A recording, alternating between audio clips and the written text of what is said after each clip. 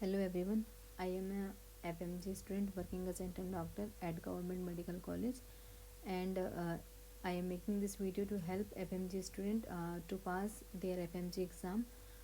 So I am making this video especially for those who the students which are average and the below average. So please watch this video till the end.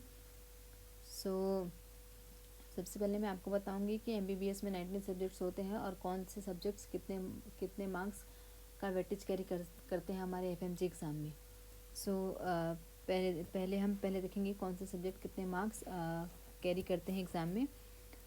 एनआर्ट, physio, biochem, patho, pharma, micro, FMT, PSM, ophtha, ENT, medicine, surgery, obs gynae, pedia, ortho, derma, psychiatry, radio and anaesthesia.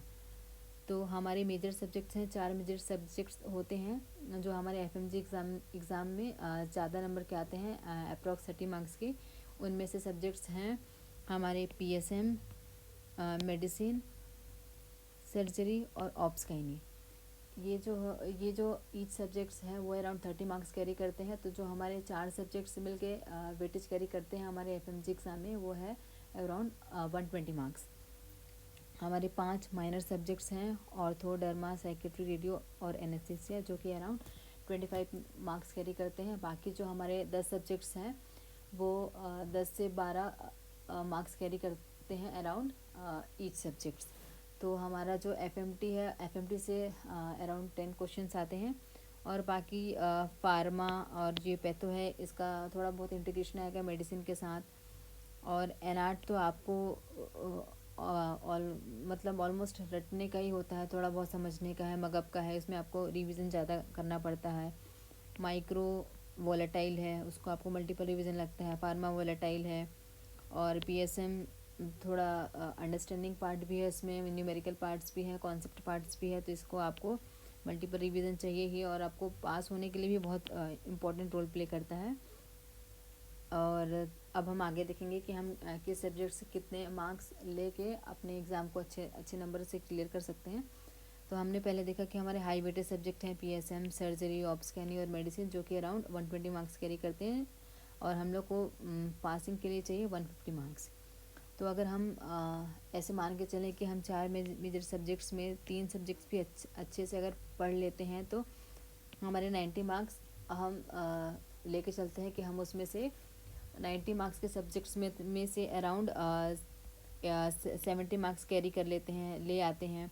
और 25 marks जो हैं, जो हमारे 5 minor subjects हैं, उनमें से हम अगर 15 से 20 नंबर भी ले आते हैं तो हम 90 मार्क्स 85 टू 90 मार्क्स ले आते हैं, जो कि मोर देन 50% है। अगर हमारे 85 टू 90 मार्क्स पे आ जाते हैं इन 9 सब्जेक्ट से, तो हम बाकी के बचे हुए जो नंबर है, जो हमारे 60 टू 70 मार्क्स हैं, वो आराम से ला सकते हैं बाकी के 10 सब्जेक्ट से।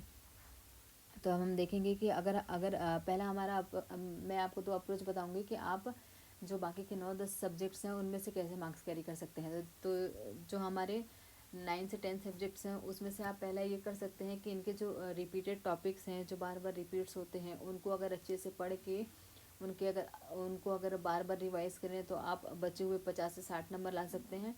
और दूसरा अप्रोच ये है कि अगर आप बहुत से सब बच्चों को क्या होता है कि जो वोलेटाइल सब्जेक्ट होते हैं, जिनको बार बार रिवीजन करना पड़ता है, जिनको मगअप करना पड़ता है, उनको वो चाहते हैं कि हम उनको छोड़ दें। तो अगर हम मान के चलते हैं कि अगर आप माइक्रो, बायोकेम और फार्मा को अगर छोड़ भी देते हैं तो बचे हुए जो सब्जेक्ट्स हैं like anat, physio, ENT, ophtha, paediatrics, patho और एफएमटी, अगर इनको भी आप अगर अच्छे से पढ़ के जाते हैं उन 5 माइनर और 4 मेजर के अलावा, तो आप आराम से इस एग्ज़ाम को पास कर सकते हैं, क्योंकि इस एग्ज़ाम में कोई भी नेगेटिव मार्किंग नहीं है। तो आप अगर जितने भी क्वेश्चन सही करते हैं उसके आपको 1 मार्क्स मिलेंगे। अगर हम मान के चलते हैं कि आप इसमें से 50 से 60 नंबर भी ले आते हैं तो आप इजीली इस एग्ज़ाम को पास कर सकते हैं। ये कोई बहुत टफ एग्ज़ाम नहीं है, पर आपको जो भी आपका कंटेंट है वो अप टू डेट होना चाहिए, नया कंटेंट होना चाहिए। आपको मल्टीपल रिवीजन देना पड़ेगा उसको।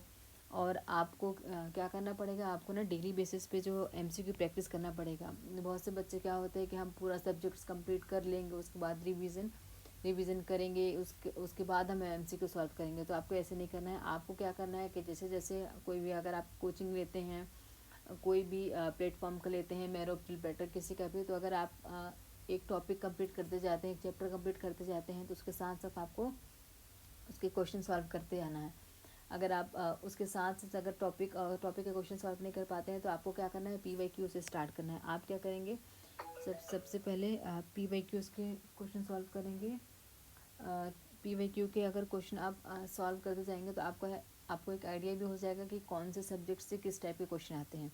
तो आपको क्या करना है, PYQ लगा लेना है सारे 19 सब्जेक्ट्स का। उसके बाद आपको क्या करना है, कस्टम मॉडल्स पे लगाना है। आप अगर PYQ किसी सब्जेक्ट से कम है तो आप उस दिन क्या कर सकते हैं, कस्टम मॉडल भी लगा सकते हैं।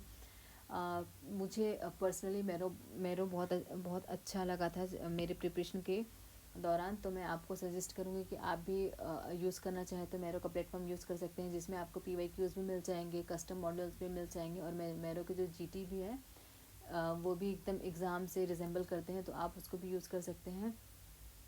तो पहले हम देखेंगे कि आपका कंटेंट बहुत सॉलिड होना चाहिए, आपका रिवीजन अच्छा होना चाहिए, आपका MCQ प्रैक्टिस अच्छा होना चाहिए। आपको कस्टम मॉडल्स भी सॉल्व कर लें तो अच्छा ही है। मैं अपनी तरफ से सजेस्ट करूँगी कि आपको कस्टम मॉडल भी यूज़ कर लेना चाहिए।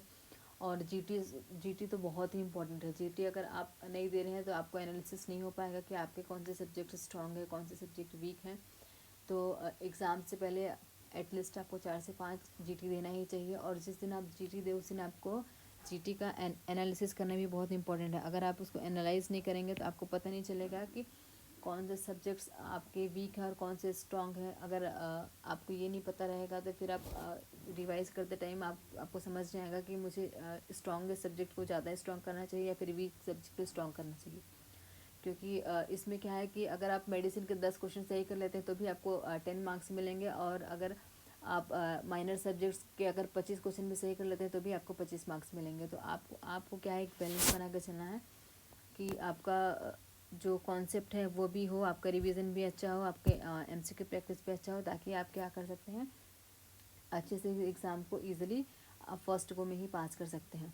और मैं अपने तरफ से एक टिप देना चाहूँगी कि आपको क्या करना है कि बहुत से बच्चे क्या करते हैं कि हम पूरा जो चैप्टर है उसको एकदम अच्छे से याद करेंगे, जैसे कि हम 12th क्लास में थ्योरी के लिए प्रिपेयर करते थे। तो आपको ऐसे नहीं करना है। आपको मेरे तरफ से सजेशन ये रहेगा कि आप क्या करेंगे, उस सब्जेक्ट्स को रीडिंग देते जाएंगे। अगर मान लीजिए आपके कोचिंग में अगर आपने आज 30 पेजेस कवर किए हैं तो आपको क्या करना है, वो उन 30 पेजेस को आज के आज ही कंप्लीट करना है। उसमें से आपको क्या करना है, रीडिंग देना है। रीडिंग देने के बाद आपको उसमें कॉन्सेप्ट बनाते जाना है। कॉन्सेप्ट्स अगर आपके अच्छे होंगे तो आपको रिवाइज करते टाइम आपको पूरा याद आ जाएगा कि हाँ इस टॉपिक में ये था, इस टॉपिक में ये था।